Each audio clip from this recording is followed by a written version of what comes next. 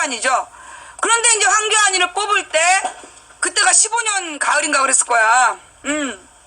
근데 그 황교안이가 군대를 안 갔다 와가지고 우리가 뭐 하는 짓거리냐. 지가 군대를 안 갔으면 총리라도 군대 갔다 온 놈을 시켜야 될 거 아니냐. 근데 두드러기 미피를 갖다가 총리로 앉혀놓고 그리고서 막 이 웃기는 짓을 막 그때 그 경례 사건이 뭐였지?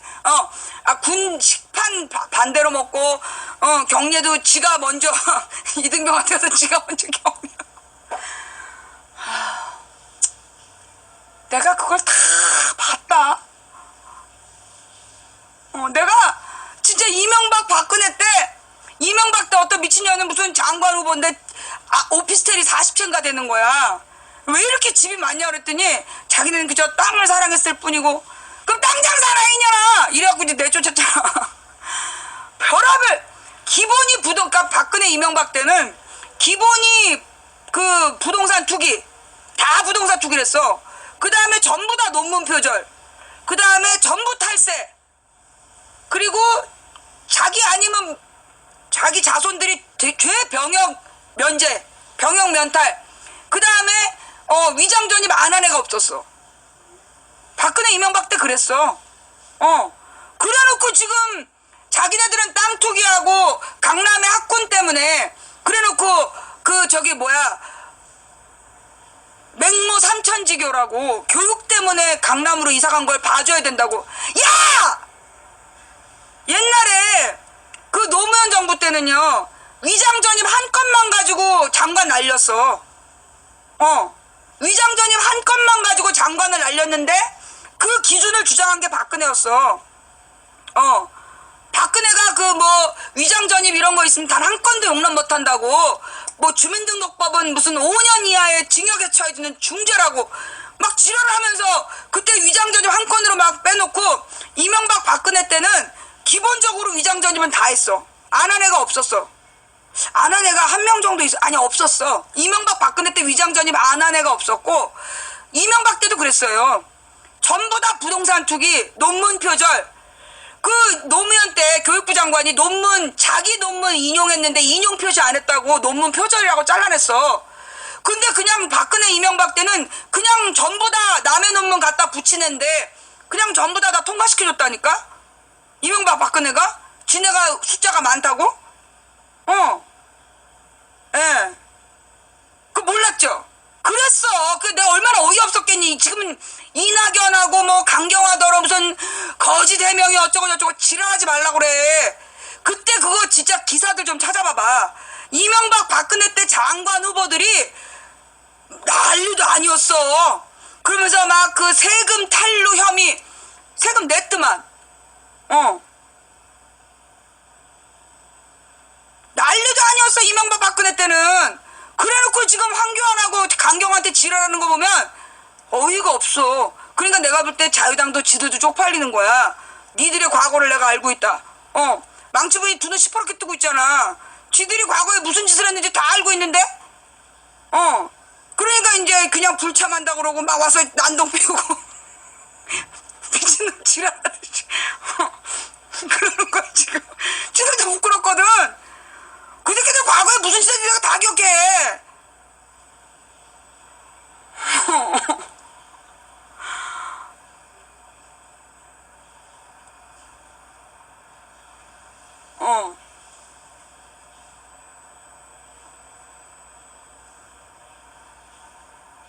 내가 황교안이라 그랬어? 아니 황교안을 통과시킬 때 새누리당에서 얼마나 지랄을 했는데 황교안이 통과시킬 때 새누리당에서 지랄했어. 야당더러 조용히 하라고. 그래놓고 황교안 같은 걸 앉혀놓은 주제들이 지금 이낙연더러 어디서 헛소리를 해. 예, 이낙연 총리 통과됐어요. 예, 총리 인준이 됐는데 그게 지금 20년 만에 처음 있는 일이라고. 김대중 대통령 때도 총리 인준을 못 받아가지고 1년인가를 총리 서리로 지냈어. 노무현 때도 6개월 이상을 총리 서리 체제로 갔어요. 예. 그러니까는 이제 번번이 야당에서 발목을 잡아가지고 박근혜가 발목을 잡아서 김대중 노무현 때 총리 인준을 못 받았다니까. 근데 이번에는 이 문재인 정부가 박근혜를 탄핵시키면서 이제 들어섰고, 그 다음에 인수위원회 없이 바로 시작하면서, 그러면서 국민들의 인기가 한참 있는 상황에서 총리 인준이 진행이 됐기 때문에, 그리고 이낙연이라는 사람이 그 결정적 하자가 없었어. 결정적 하자가 없었기 때문에, 그래서 이낙연이 통과될 수밖에 없었던 거죠. 그런데다가 오늘 지금 이 굉장히 심각한 문제가 터졌어. 어제 오늘. 그게 뭐냐 하면 아까 내가 쭉 얘기했지만 사드의 보고를 누락했다는 거. 지금 조선일보는 언론도 아는 걸 문재인이 몰랐다는 거냐 이러면서 말을 구리고 있는데, 이건 그런 문제가 아니에요. 군대 가본 사람은 알아. 만약에 이등병이 일병한테 보고를 안 하거나 일병이 상병한테 보고 안 하면 맞아 뒤져. 아무리 병장이 이빨 빠진 호랑이라 해도 상병이 병장한테 보고해야 될 의무가 있는데 안 했다. 그럼 맞아 뒤지는 거야. 군대는 기본적으로 상명하복 체제이고 그 다음에 보고를 의무로 하고 있는 거야. 그래서 만약에 그 공식적인 보고를 안 했다. 그것도 고의로 누락을 했다. 그럼 이거 영창 가는 거야. 일반 사병도 영창을 가. 그런데 이번에 국방부 장관이 안보실장이 묻는 말에 너네 사드 4개 갖다 놨냐? 그런 게 있습니까? 이러면서 거짓말한 거야. 모르는 척. 이건 사드에 대해서 공식적으로 새 정부가 들어섰는데 공식적인 보고서를 안 한 거야. 논의 과정도 비밀로 붙였고 그 다음에 모든 그동안에 있었던 국방부의 내용을 깡통으로 만들었다니까. 컴퓨터 밀어버렸어. 컴퓨터를 완전 자석으로 지워버려가지고 그 컴퓨터가 그냥 빈칸 컴퓨터인 거야. 그러면은 국방이라는 건 정권이 바뀌어도 유지가 돼야 되는 건데 이 미친 새끼들이 정권이 바뀌었다고. 더 웃긴 거는 나는 내가 지금 의문으로 가지고 있는 건 뭐냐면 지지난주에 왜 한민구를 그냥 두냐 그런 질문 많이 했는데 혹시 기억나요? 지난주까지 누군가가 나한테 질문을 했었어. 왜 한민구를 그냥 두세요? 그러니까 문재인이 왜 한민구를 그냥 두냐. 근데 내가 그때 딱 뭐가 느껴졌냐면 저 일부러 그러는 것 같다는 느낌을 받았거든. 일부러. 한민구가 사표 냈었어. 그거 알죠? 김관진, 한민구 전부 다 사표 냈었어요. 처음에. 근데 안 받아줬다니까? 안 받아주고 김관진을 안보실장으로 그 새로운 안보실장을 앉혀서 바꿔치기 하고 한민구를 붙들고 있었어. 나는 그게 일부러 그러는 것 같더라고. 그러더니만 이번에 보고 누락의 증거를 딱 잡은 거야. 이 과정 자체가 내가 볼 땐 문재인 때, 노무현 때 이 국방부에서 노무현 정부를 번번 속였거든. 노무현 정부 때 그 국방부에서 노무현 정부를 초장부터 속이고 지랄을 했어. 그때 그거를 이 문재인이 반면교사 삼아서 아예 그러니까는 그때는 이미 바뀐 상태잖아. 바뀐 상태였기 때문에 그 국방부의 자기 책임이야. 노무현 책임이었다고. 그 당시 국방부에서 자기를 속였으면 그거 자기 책임이야. 그러니까 내가 볼 때는 한민구를 안 내보낸 거야. 인선이 늦어진다고 그러면서. 그래서 모든 군부의 과거 적폐를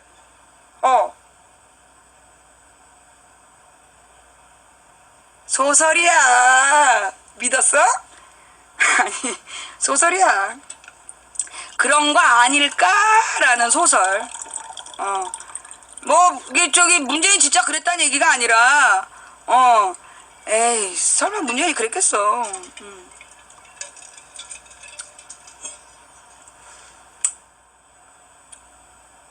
설마 그 문재인이 뭐 설계를 했다는 거야 지금? 한민구하고 국방부 그 썩어놈 새끼들 과거 다 들어갈 때까지 지금 설계로 지금 덫을 놨다는 거야 문재인이? 그런 사람이야? 소설이야.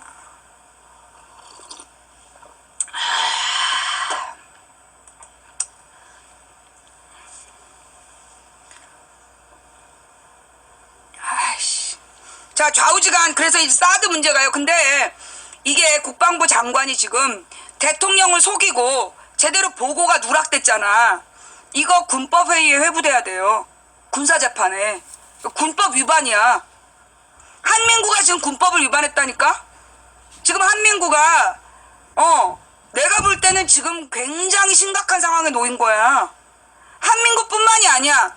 내가 볼 때 여러분 지난번에 그 보훈처장 보훈처장 그 여자 피 누구누구 그 보훈처장을 거기다 앉힌 게 피우진을 거기다 앉힌 게 군부와의 전쟁을 준비하는 것 같다라고 내가 얘기했잖아요. 그죠? 왜냐하면 그 보훈처가 뭐냐면 소위 군 종사자들에 대한 사후 처리를 감독하는 데잖아. 그래서 이 보훈처가 소위 방위산업과 관련된 많은 일자리들과 연결된 자리야. 근데 실제로 지금 소위 박근혜 탄핵 반대하고 지랄 연병을 했던 그 노인 집단이 어디로부터 돈줄이 있는가? 이게 방산비리하고 연관되어 있는 게 보훈처라고. 그런데 그 보훈처장에다가 군부에서 내쳤던 사람을 앉힌 거야. 그래서 이게 이 전두환하고의 전쟁을 선포한 거라고 내가 그랬잖아. 지난주에. 그죠? 그런데 그 보훈처보다 더 본질적인 거. 국방부를 지금 잡은 거야. 국방부에서 군 통수권자한테 군법을 어기는 그거 증거를 잡은 거야. 이거 보통 문제 아니야, 이거. 이건 내가 볼 때 한민구가 아무 생각 없이 그런 게 있습니까? 이러면서 지는 농담했는지 모르겠지만 내가 볼 때 군부 권력 박정희 이후로 지금 40년, 57년, 60년 동안 지배했던 군부 권력이 한민구의 그 말 한마디로 지금 작살나게 생겼어. 김대중 노무현 때도 장악 못한 군부야. 김대중 노무현 때도 군부를 장악을 못했어. 검찰의 돈봉투 장치? 그것도 지네들이 알아서 불덩어리를 진 거예요. 지금 김대중 노무현 때도 장악하지 못한 게 검찰, 경찰, 군부, 외교, 재정이었어. 근데 그 내가 5가지를 지금 한민구 이번 똥 쌌잖아. 검찰의 돈봉투 잔치, 그 다음에 경찰의 시민 폭행 사건, 이 모든 것들이 지금 스스로 깰 수 없는 조직인데 그 깰 수 없는 조직들이 스스로들 죄를 저지른 거야. 그 다음에 지금 강경화 문제, 위안부 문제, 이거 심각한 문제야. 뭐냐? 우리나라에서요 이틀 동안 일요일하고 월요일날 계속 보도 나온 게 뭐였냐면 유엔 사무총장이 일본의 위안부 협의를 인정해줬다. 그 보도 나왔잖아. 그게 누구의 주장이야? 아베의 주장이었어. 근데 우리나라의 모든 언론이 그게 팩트인 것처럼 보도했잖아. 그런데 아베가 주장하자마자 유엔에서는 그게 아니라고 보고를 한 거야. 보도를 한 거야. 보도자료를 뿌렸어. 근데 우리나라 언론이 다 씹고 아베 말만 보도한 거야. 그러니까 강경화가 자기가 직접 이메일로 물어보고 확인을 한 거야. 그래서 발표를 했네? 그런데 이걸 갖다가 언론에서 어설픈 청와대의 강경화 감싸기? 지랄하네. 야, 유엔 사무총장하고 직접 전화하고 메일을 주고받을 수 있다는 것만도 대단한 거야. 그게 강경화라는 자산의 가치야.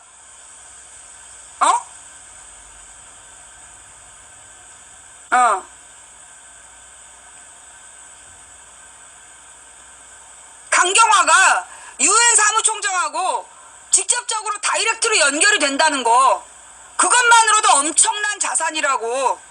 근데 그걸 어설픈 유엔에서 이미 보도자료를 뿌린 상태였기 때문에 강경화가 따로 확인할 필요가 없었다? 그따위를 쓰고 있잖아 지금. 박근혜 때 이런 일이 있었으면 너네들 막 침을 막 거품치에 뿜으면서 너네 칭찬했을 거잖아. 박근혜 때 외교부 장관이 유엔 사무총장이랑 직접 다이렉트로 전화했다 그러면 너네 막 개거품을 물면서 칭찬했을 거면서, 문재인 정부에서 강경화가 직접 유엔 사무총장하고 통화했다니까 거짓말하는 여자라고 막 똥치를 해야 되는데. 자, 얘네들이 말이에요. 해명 이번에도 잘 봐봐. 외교부에서 해명한 거야. 외교부에서 해명이 잘못된 거야. 과연 외교부는 강경화를 원할까요? 내가 그랬잖아. 김대중 노무현도 장악 못한 게 외교부였다. 여러 번 얘기했어요. 김대중 때 일본 독도 주변에 배타적 경제 수역 EEZ를 설정할 때 그거 우리나라 윤병세 이 나쁜 놈들이 가가지고 일본한테 공동 수역으로 해준다라고 그거 다 합의해 놓은 거야. 그래놓고 김대중 대통령한테 이거 지금 도장 찍으러 간다. 그러니까 김대중 대통령이 찍지 말라 그랬어. 찍지 말라는데 가서 딱 찍어버렸잖아. 그래서 지금 독도 인근에 그래서 일본 군함이 왔다 갔다 지랄하게 된 거야. 그게 윤경세 때문이잖아. 그게 박근혜 정부의 외교부 그 무슨 저기 주요 인사였고, 그게 이명박 박근혜 때 주요 역할을 했던 놈들이 그 김대중 정부 때 독도 인근 팔아먹은 새끼들이야. 박근혜 아버지가 독도를 팔아먹었고, 그 경제 수용 문제를 저기 팔아먹은 놈을 박근혜가 외교부 수장으로 앉힌 거야. 자, 그 다음에 노무현 정부 때 노무현이 이라크 파병 반대하겠다고 갔어. 갔더니 이미 외교부에서 이 씨발놈들이 다 도장 찍어놨더라는 거야. 근데 거기서 이 노무현 대통령이 그걸 뒤집을 수가 없는 거야. 이미 협상을 다 해놨기 때문에. 그래서 그 협상 다 해놓은 부분 중에서 어쩔 수 없이 전투병 파병은 안 된다. 그거 만약에 전투병 파병하면 근데 이제 겁을 하니까 그러면 전쟁하겠다고 부시가 한반도 한반도의 안전을 보장할 수 없다 이런 식으로 협박한 거 아니야. 그래서 어쩔 수 없이 그 이라크 파병을 도장을 찍되 전투병은 안 보내고 공병만 보내는 걸로 그렇게 합의하고 온 거야. 근데 그걸로 진보 언론한테 완전히 다 까이게 돼. 진보 보수 양쪽에서 다 까였죠. 그렇게 노무현 대통령 때도 외교부가 저쪽 편에 있었어. 그 다음에 이명박 박근혜 때 외교부에서 한 짓을 봐봐. 이명박 때는 외교부가 나서서 사기 주식을 팔았어. 외교부에서 무슨 짓을 했냐면 아프리카에 다이아몬드 광산을 발굴했다. 그러면서 그거 주식 사라고 지랄. 씨발 외교부 공무원이 그거 팔았다니까. 그래서 그거 믿고 투자한 사람들 지금 개털됐잖아. 야 진짜 자원외교 자원외교 한다고 그 외교부에서 지랄한 거거든. 아예 정부 차원에서 사기를 쳤어요. 자원외교라고. 와, 이 개새끼들 이거 다 잡아 죽여야 돼, 이거. 진짜 돈 다 토해놓게 해야 된다니까. 돈 다 빼돌렸겠지만. 박근혜 때는 알다시피 지금 그 굴욕적인 위안부 외교, 그 다음에 사드 도둑 배치, 그 지랄한 게 박근혜 때 외교야. 그래놓고 지금 강경화가 거짓말을 했어? 뭐?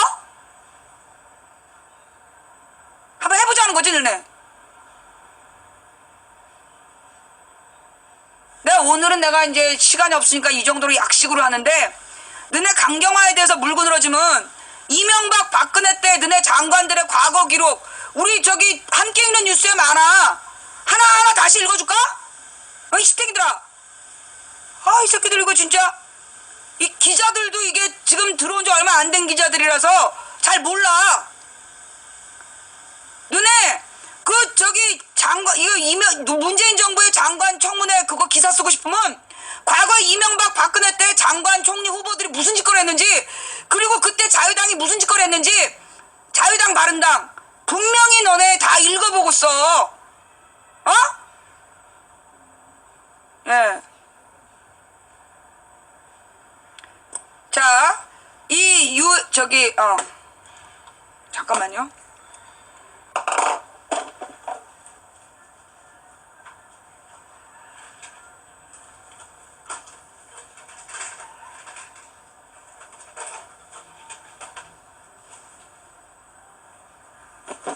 마우스에 배터리가 떨어져가지고. 에이, 이게 아니네. 큰 거였어. 잠깐만 있어봐봐. 내가 진짜 그때 그 뉴스 보면서 그래갖고 내가 잠을 못 잔 거 아니야. 12시간 동안 욕을 했는데 아직도 깔 게 있어가지고.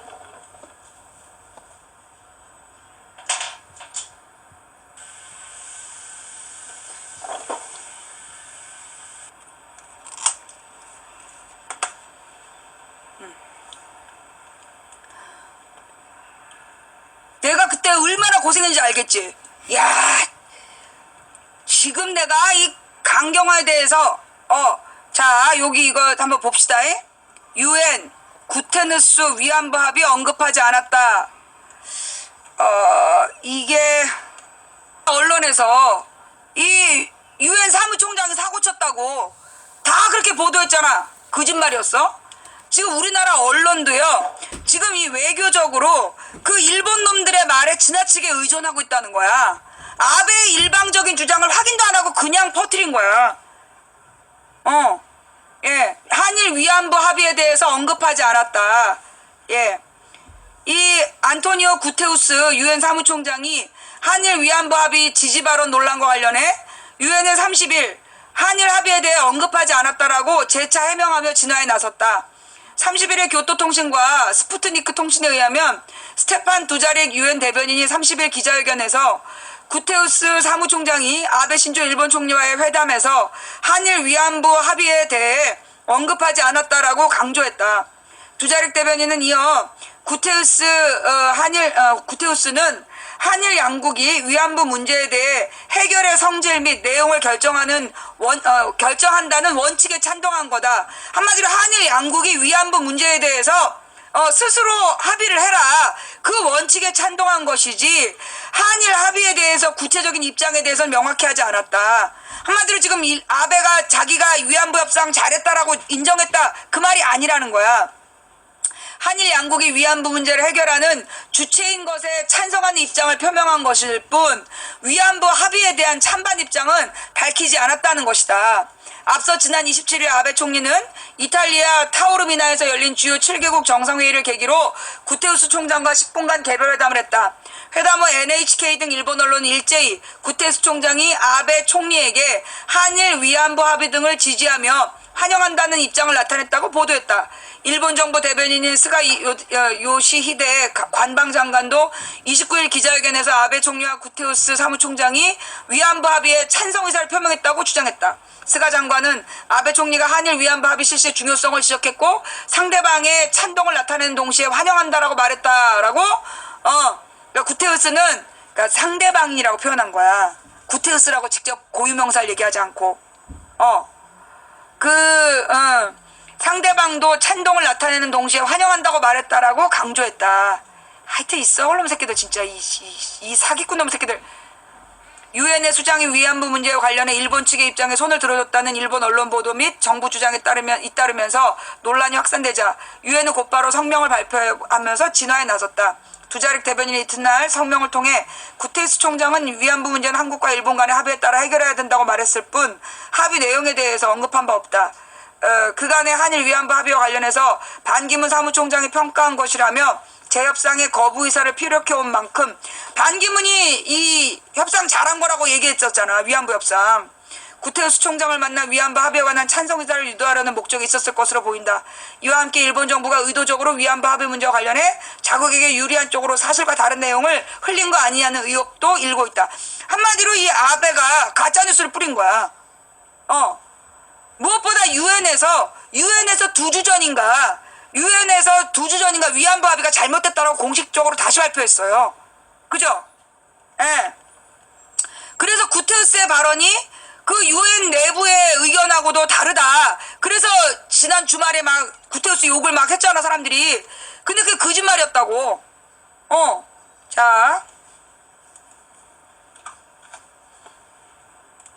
강경화 유엔 사무총장 위안부 합의 지지 안 했다더라. 강경화가 안토니오 구테우스 총장과 통화 이메일로 확인을 했다. 이미 29일 날 이걸 발표했는데 이걸 그 경향신문에서 이 어설픈 청와대의 감싸기라고 그 기자가 잘못하는 거야. 지금 이 그 유엔에서 30일 날 다시 입장을 발표했다는 얘기는 뭐냐? 지금 유엔에서 공지를 내린 게 불분명했다는 거 아니야. 그래서 강경화가 29일 날 확인했다는 거 아니야. 강경호 외교부 장관 후보자가 안토니오 구테우스 유엔 사무총장에게 확인한 결과 한일 위안부 합의 지지 발언을 하지 않았다라고 전했다. 29일 청와대에 따르면 강경화 후보는 28일 구테우스 총장과 직접 통화해서 한일 위안부 협정 발언의 진위 여부를 확인했더니 구테우스 총장이 특정 합의서 내용에 대해서가 아니라 양국이 해당 사안의 해결의 본질과 내용을 정의할 필요가 있다는 원칙에 대한 의사를 표시했다라고 말했다. 강 후보자는 하루 앞서 27일에 구테우스 총장에게 이메일을 보내 관련 발언의 취지를 물었고 구테우스 총장은 아베 총리에게 그 의제를 다루는 데 있어서 양국이 합의하는 게 맞는 일이라고 말했지 어떤 특정 합의를 지칭한 게 아니다라고 답변을 보내왔다. 앞서 일본 교토통신은 일본 외무성발 27일 이탈리아 타우르미나에서 열린 주요 7개국 정상회의에서 일본 아베 신조 총리가 한일이 이 합의를 준수하는 게 중요하다고 말하자 구테우스 총장이 이 합의를 지지하고 환영한다라고 말했다라고 보도했다. 거짓말이라는 거죠. 자, 그 다음에 지금 왜 이 강경화가 특히 이렇게 구테우스하고 직접적으로 다이렉트로 얘기할 수밖에 없었냐면 유엔에서 한 일이 그 부분이래. 강경화가 맡았던 일이 그 유엔에서 그런 위안부 합의 같은 국가 간의 비정상적인 그런 내용들, 특히 강경화가 마지막까지 집중했던 게 그 위안부 협상 문제였던 거야. 예. 그런데 이걸 갖다가, 이거를 강경화를 비난하면서 청와대 어설픈 감싸기라는 둥 그렇게 쓴 기자는 잘못한 거야.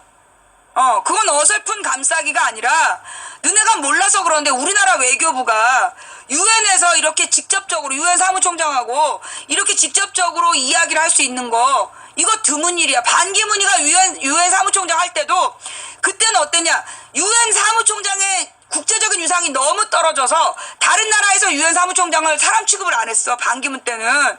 그래서 우리나라 외교부하고 서로 연락을 주고받아도 어떤 역사적인 의미도 없었지만 지금 반기문 이후에 새로 생긴 사무총장하고 지금 외국인이잖아. 외국인 총장하고 우리가 다이렉트로 연결된다는 거 이거는 굉장히 이전 정부에서 상상할 수 없었던 부분이야. 예.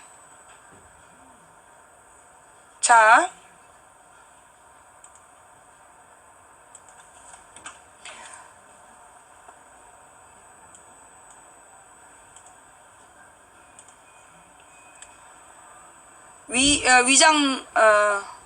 위장 전입을 비롯 각종 의혹으로 외교부 장관 정시 임명까지 험로가 예상되는데 강경화는 유엔 사무총장의 위안부 합의 지지 발언이 가짜 뉴스라는 걸 확인했다.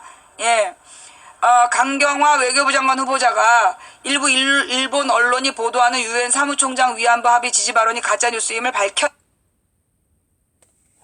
일본 언론이 27일 이탈리아 하여튼 그 거짓말에 대해서 이메일로 확인했다라는 내용이야. 자, 이게 왜 중요한지를 설명할게요. 기본적으로 이 강경화라는 사람을 왜 문재인이 안 쳤느냐. 내가 지난주에도 얘기했던 부분이야. 다시 한번 강조하면요. 지금 우리나라 외교부, 그러니까 그랬잖아. 노무현 때 세 가지 분야를 쟤네들한테 줬고 세 가지에서 사고가 났다. 그게 외교, 국방, 재정이었다. 그리고 경찰, 검찰이 말 안 들은 거야.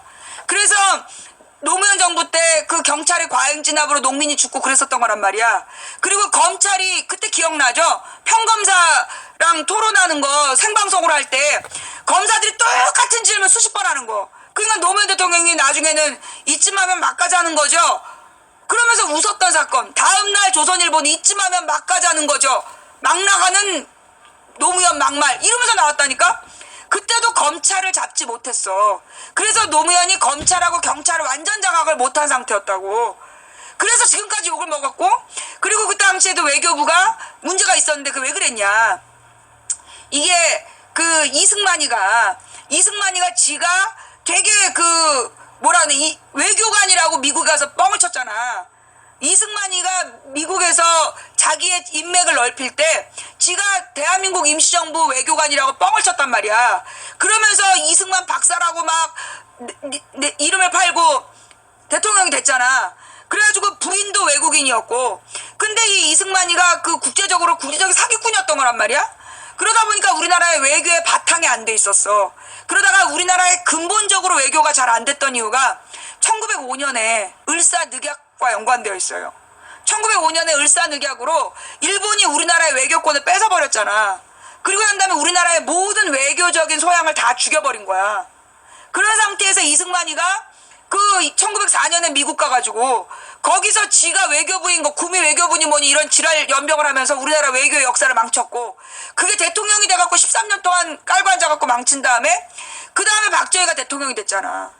근데 딱 윤보선이 1년 동안에 IBRD에다가 우리나라 균형 발전을 위한 보고서를 알려달라. 그래서 그 경제개발 5개년 계획을 IBRD가 주는 거야. 그래서 이 호남에다 섬유전자산업을 유치하고, 그 다음에 부산 경남 지역을 수출항으로 개발하고, 수도권 지역에다가 첨단산업을 만들고, 그 다음에 이 경부선 호남선을 산업철도로 강화하고, 양쪽을 연결하는 갈빗대 모양의 도로망을 확충하라는 게 IBRD 보고서였단 말이야. 그걸 박정희가 깔고 앉아갖고 다 개판을 만들어버린 거 아니야. 그래서 나라가 지금 균형 발전이 안 돼 있는 건데, 그 당시에도 윤보선의 1년을 넘어서 박정희가 딱 군부 쿠데타가 되면서 군부 정권이 18년을 갔잖아. 그 다음에 박정희 죽고 바로 한 달 만에 전두환이가 들어오는 바람에 박정희 전두환이 합쳐가지고 이승만 박정희 전두환 38년 동안이 이승만 13년 박정희 18년 합쳐서 31년이지. 그리고 전두환 8년이야. 전두환 8년이면 39년 40년이야. 40년 동안 외교가에서 대한민국은 없는 존재였어. 일본의 그냥 하수인 내지는 미국의 하수인이었기 때문에. 왜냐하면 그 박정희나 전두환 같은 새끼들이 이것들이 술만 처먹으면 기미가요라고 일본 군인들 부르는 그런 천박한 그 유행곡 부르면서 지랄했던 놈들이야. 일본 군복 이렇게 살짝 변형해서 입고 그걸로 사진 찍고 지랄했던 미친 새끼들이기 때문에 그 40년 동안 우리나라의 외교는 독자적으로 성장을 못한 거야. 그 와중에 우리나라의 이 외교부에 들어가면 여러분 기억나요? 우리는 영어만 했어. 영어만 강조하다가 박정희 때 독일로 보내려고 독일어를 좀 했어. 그래갖고 박정희 시대 때 외국어는 딱 3가지가 유행했어요. 영어, 독일어, 일본어. 영어, 독일어, 일본어가 그 당시에 외국어로서 제일 유명했었어. 박정희 때. 하여튼 그러면서 우리나라 외교부에 들어가면 52%가, 외교부 직원의 52%가 대미사업부. 미국에다만 매달려 있는 거야. 미국 인구가 4억도 안 됐는데. 전체 60억 인구 중에 4억인 미국에다만 52%가 일을 하고, 그 다음에 나머지의 다수가 일본 관련 일을 하고, 그리고 남은 사람 찌끄러기를 가지고 전 세계로 커버하니, 한국인이 밖에 나가고 무슨 일을 당해도 누가 도와주질 못한 거야, 외교부가. 그게 잘못된 외교부의 관행인 거야. 그런데다가 이놈의 외교부가 부모가 외교관이면 자식을 특제를 했어. 그래서 지금 외교부에 소위 부모가 외교관으로 활동했던 경험을 팔아서 자리를 차지하고 있는 그런 인간들이 그렇게 많다는 거야. 걔네들의 별명이 똥돼지. 그래서 이 원래 외무고시가 있었는데 그 외무고시도 없애기로 한 거야, 걔네들이. 그래서 전부 다 그 특채로만 뽑기로. 그래놓고 특채를 지네 자식을 뽑으려고 이명박 때 외교부 장관이 지 자식을 외교부 5급 공무원인 걸 만들려고, 그것도 정규직이야? 그걸 만들려고 시험 제도로 바꿨다니까? 그런 짓들 했어.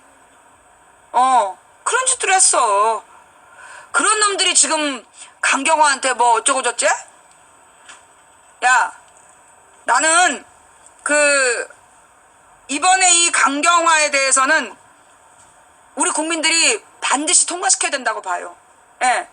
강경화에 대해서는 이게 진짜 우리 국익을 위한, 이 사람이 정말 우리나라에서 교수직도 안 주고 사실은 유리천장이라는 것 때문에 포기하고 절망할 수 있었던 사람이야.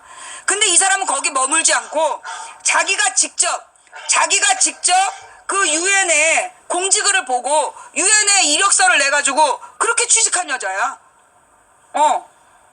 유엔에 자기가 직접 그 공지 보고 모집 공고 보고 그리고 이력서 내갖고 유엔의 직원이 된 여자라고. 그렇게 자기 운명을 개척한 여자야. 그래서 우리나라 외교부의 모든 적폐하고 무관한 여자야. 이 사람이 외교부 장관이 된다면 우리나라에 지금까지 유지된 정말 이 수십 년 동안 무능한 외교부, 이 수십 년 동안 잘못된 미국을 숭상하고 일본을 위해 헌신했던 이 외교부의 모든 적폐를 해결할 수 있는 역할이 난 이 여자에게 있다고 봐.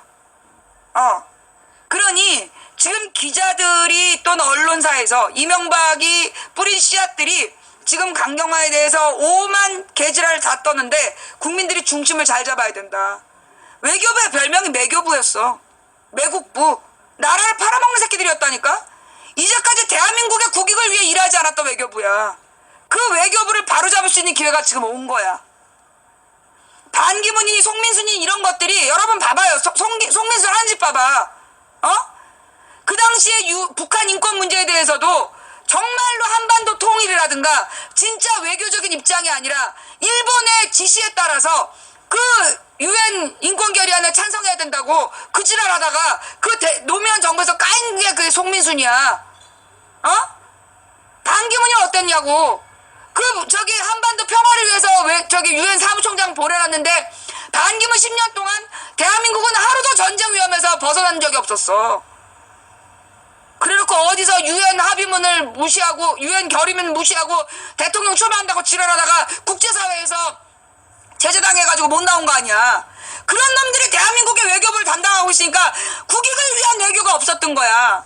이제 비로소 국익을 위한 유능한 외교 인재가 나타났는데 언론이 이렇게 비협조적이면 되겠어? 나는 문재인을 별로 안 좋아하기 때문에 문재인의 정책을 무조건 지지하고 싶지 않아. 하지만 내가 볼 땐 저 여자는 반드시 통과돼야 돼. 외교부 장관으로 강경화는 반드시 저 자리에 앉아야 돼. 그리고 이것은 지난 수십 년 동안 내려온 대한민국의 모든 외교적인 적폐를 해소하는, 그리고 과거 정부들이 해내지 못했던 그 가슴 아팠던 과제들을 바로잡는, 을사늑약을 바로잡는 그 역사가 돼야 된다. 우리가 이번에 이 문제에 대해서는 정말 전신의 노력을 다해야 된다. 그리고 한민군은 구속돼야 된다. 그 다음에 아까 내가 그 김현미의 권교부도 이야기했지만 이게 결국은 4대강에 대해서 4대강에 대해서 정조준해서 들어가는 거다. 그리고 이 김영춘 잘 모르는 사람이야. 우리가 윤진숙보단 낫겠지. 안 그래? 잘 모르겠어요. 박근혜 배프 윤진숙이도 했던 게 해양수산부 장관이야. 그 다음에 김부겸의 행자부 장관. 이게 그 대구 경북 사람들이 김부겸을 더민주 의원인데 뽑아줬잖아. 자, 이제 그 김부겸이가 자치부 장관이 됐는데요. 사실 참 이것도 대단한 수야. 행자부 장관으로 김부겸이를 딱 앉힌 거는 경북을 흔들어 놓는 일이야. 도대체 이 인사에 대해서 누가 수를 놓고 있는 거지? 이 행자부 장관으로 김부겸을 딱 장관으로 앉혔다는 얘기를 들으면서 이것도 기가 막힌 수인데? 이 김부겸이가 대구 사람 아니야. 근데 이 대구 경북이 언제나 자기네들이 정권을 항상 이명박 박근혜한테 충성했던 이유가 뭐냐면 자기네들이 권력에서 소외될까봐야. 그런데 그 김부겸한테 행정자치부 장관을 준 거야. 장관의 꽃이잖아 그게.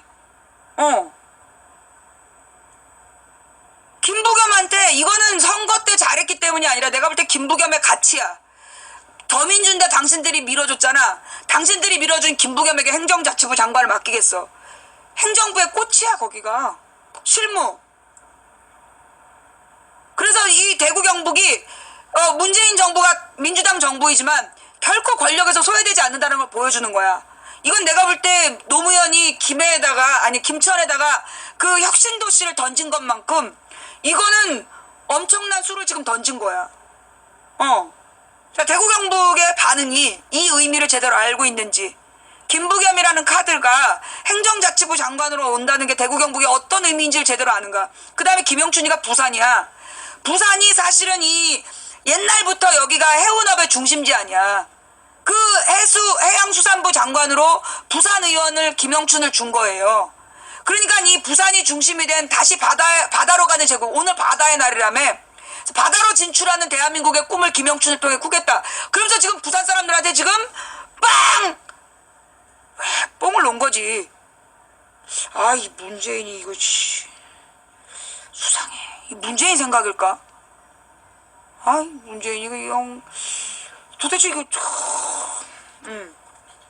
이 도종환 의원이야 뭐 블랙리스트를 밝혀낸 사람이니까 이 문화인들을 위해서 더 좋은 그 문체부 장관 후보는 없을 것 같고, 자, 좌우지간, 이렇게 해서 그 4명의 장관의 의미까지 한번 살펴봤고요. 다음은, 아까 그냥 지나가는 말로 얘기했는데, 이 새누리당 이것들아, 너네,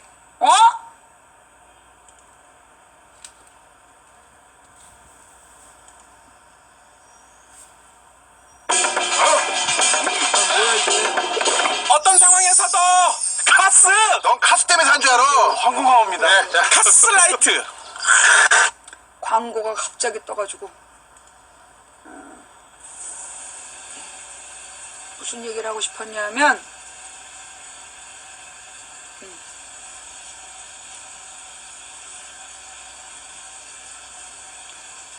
또 다운됐네. 어떤 상황에서도 카스! 넌 카스 때문에 산 줄 알아. 황궁화호입니다. 네, 자. 카스라이트! 스킵. 됐어. 잠깐만요. 어떤 상황에서도 포기 안 할 거야, 내가.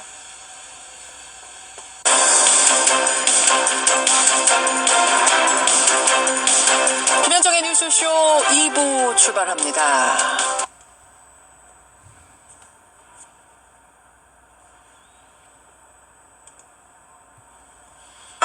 김성환의 행간 시사평론가 김성환 씨 나오셨습니다. 어서 오십시오. 네, 안녕하세요. 뭐 때 아닌지 사드 비밀 논란이 네, 그러게요. 불거져가지고 깜짝 놀랐습니다. 청취자들 좀 문자 많이 보내주시는데 일단 보내주십시오. 그 사이에 행간 가죠.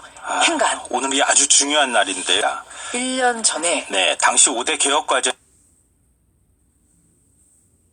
1년치 세비를 반납하겠다 이렇게 선언을 했는데 그 마감 시한이 오늘로 다가온 겁니다. 그러고 보니까 오늘이 5월 31일이네요. 네. 반납해, 새끼들아!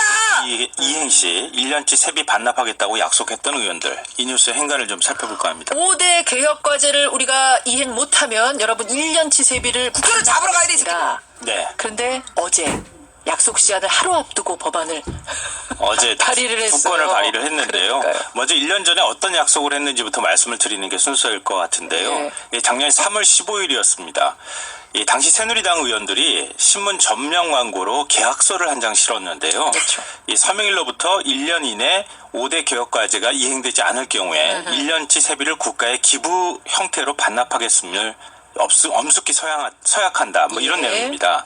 그 5가지 개혁과제가 가불개혁, 일자리 규제개혁, 청년층 독립을 위한 정책개혁, 육아개혁, 중장년 일자리 마련을 위한 4050 자유학기제 이거였습니다. 그래요. 또 어제 자유한국당이 보도자료를 내고 약속을 이행했다 이렇게 주장을 했는데 약속 이행했다? 네. 싫어? 어제 일자리 규제 개혁하고 청년 독립 관련 법안을 발의를 했어. 한 2개 발의를 했거든요. 예. 올해 들어서 나머지 또 3개를 다 발의를 했기 때문에 5가지를 다 발의를 했다.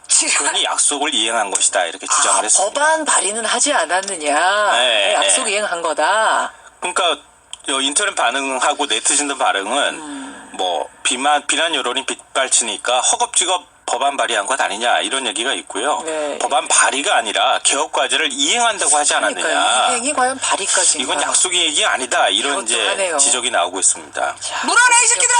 하지 않을 경우 1년치 반납해! 하겠다던 의원들 이 뉴스의 잡으러 가야 행간 돼, 이 새끼들. 이면에는 국회로. 뭐가 숨어 있습니까? 첫 번째 인간은 나는 새누리당 의원이 아니거든요. 연병하네.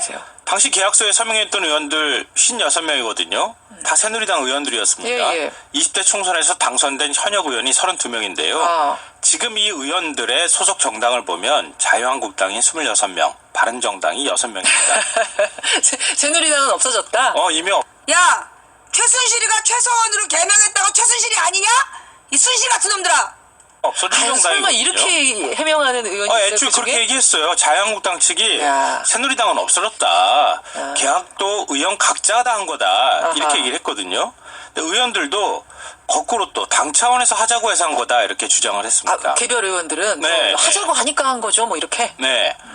그러니까 여론이 심상치 않으니까 엎드라고 어제 봅시다. 부랴부랴 나머지 법안을 발의하고 우리는 약속 이행을 했다. 이렇게 주장하고 있는 것 아니냐 이런 건데요. 사실 눈 가리고 당황한 겁니다. 왜냐하면 자유한국당이 새누리당 이름만 바꾼 정당이라는 건 뭐 다 알고 있는 사실이고요. 예. 당시 1년 전 계약서를 보면은 거기에 김무성 전 대표, 당시 대표 서명이 들어가 있고요. 예. 나머지 의원들 실명이 다 쫙 들어가 있어요. 근데 어떻게 지금 새누리당이 사라졌다고 해서 모든 게 계약이 없던 걸로 되돌아갈 수 있겠느냐 이런 거죠. 그러게요. 두 번째 행간은 뭡니까? 두 번째 행간은 공약 이행마저 노룩 패스다입니다. 노룩 정확하게 말하면 노룩 패스. 노루 아니고 안 보고 던진다는 거죠? 노룩 패스. 쳐다보지도 않고 패스하는 거. 네, 맞아요. 얼마 전 김무성 의원이 이것 때문에 엄청나게 큰 곤욕을 치렀었죠. 예. 일본 다녀오면서 공항 출입구 딱 나오는데 캐리어를 그냥 보좌관한테 쫙 밀고 본인은 정면을 응시하면서 그냥 걸어 나왔죠. 눈길 한 번 안 주고. 네, 아랫사람의 인격을 무시한 거다 이런 지적이 있었는데요. 그랬었죠. 이번에 부랴부랴 법안을 발의한 것도 비슷합니다. 약속 이행 전날 입법 발의를 한 거죠. 이게 과연 고민을 얼마나 아주 그냥- 고민하고 진정성을 담은 결과일까 생각하지 않을 수가 없는데요. 그러니까 캐리어뿐만 아니라 입법마저 노룩 패스한 거 아니냐 이런 지적을 받을 수밖에 없다는 거죠. 게다가 지금 청취자 이명민님 외에 많은 분들이 아니 법안 발의가 이행이라고요? 약속 이행? 그렇게 받아들인 사람이 그때 광고 보고 네. 그렇게 받아들인 사람이 몇이나 있겠습니까? 이런 문자들 좀 보내주세요. 1년에 법안 그나마 발의한 게 뭐 수백 건 수천 건씩 돼도 실제로 법안 통과되는 건 몇 건 안 되잖아요. 그 발의했다고 지금 얘기하는 것 자체가 앞서 제가 말씀드린 것처럼 눈 가리고 아웅 이래놓고 오늘 국회에서 난동 피운 거야. 1년 전에 계약서를 공개한 뒤에 조동원 홍보기획본부장이 페이스북에 이런 글을 올렸습니다. 뭐라고요? 국민 여러분, 이 광고를 1년 동안 보관해 주세요. 조동원 어딨냐? 그분은 정치인은 아니니까 꼭 될 줄 알았던 모양이죠. 계약이 실제 상황임을 조동원 씨. 밝혀드립니다라는 말까지 붙여놨어요.